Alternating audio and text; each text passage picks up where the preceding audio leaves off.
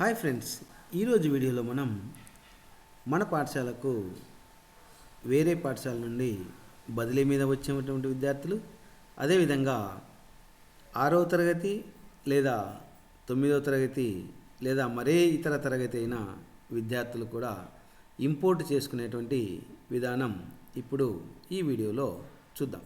ముందుగా మన పాఠశాల డైస్ కోడ్, అదేవిధంగా పాస్వర్డ్ ఇచ్చేసి ఇక్కడ ఉన్నటువంటి క్యాప్చా ఇచ్చేసి లాగిన్ మీద క్లిక్ ఇవ్వాల్సి ఉంటుంది.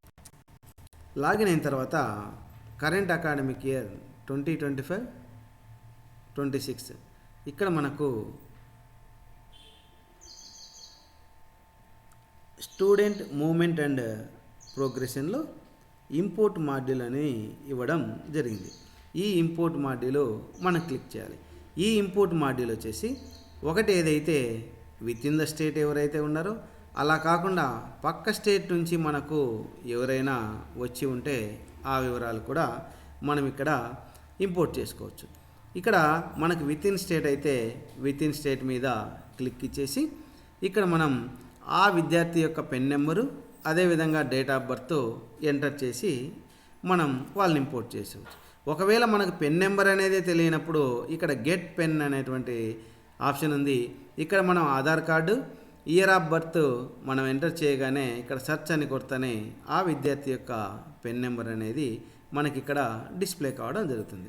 సో మనకు పెన్ నెంబర్ ఆల్రెడీ తెలిసి ఉంటే మనం ఆ పెన్ నెంబరు ఇక్కడ ఎంటర్ చేసేసి ఆ యొక్క డేట్ ఆఫ్ బర్త్ ఇక్కడ ఇవ్వవలసి ఉంటుంది.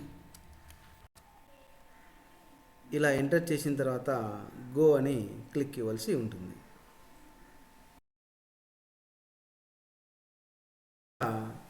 కరెంట్ స్కూలింగ్ డీటెయిల్స్ అనేది కనిపించడం జరుగుతుంది. ఎప్పుడైతే ఇక్కడ అన్ట్యాగ్డ్, డ్రాప్ బాక్స్ లేదా ఈ విధంగా ఉన్నప్పుడు మాత్రమే మనము వాళ్ళను ఇంపోర్ట్ చేసుకునే అవకాశం ఉంటుంది. క్లాసు సెక్షను సెలెక్ట్ చేసుకొని డేట్ ఆఫ్ అడ్మిషన్ ఇచ్చేసి ఇంపోర్ట్ మీద క్లిక్ ఇచ్చిన తర్వాత కన్ఫర్మ్ మీద క్లిక్ ఇవ్వాలి. ఇప్పుడు ఆ పిల్లాడు మన క్లాస్ ఏదైతే క్లాస్లో మనం అనుకున్నామో ఆ క్లాస్లో సక్సెస్ఫుల్లీ ఇంపోర్ట్ కావడం జరిగింది. సో ఫ్రెండ్స్, ఈ విధంగా మనము ఒక డ్రాప్ బాక్స్లో ఉండేటువంటి విద్యార్థిని ఇంపోర్ట్ చేసుకునేదానికి అవకాశం ఉంటుంది. Thank you friends. ఇంకేదైనా డౌట్ ఉంటే కామెంట్ రూపంలో తెలియజేయండి. Thank you.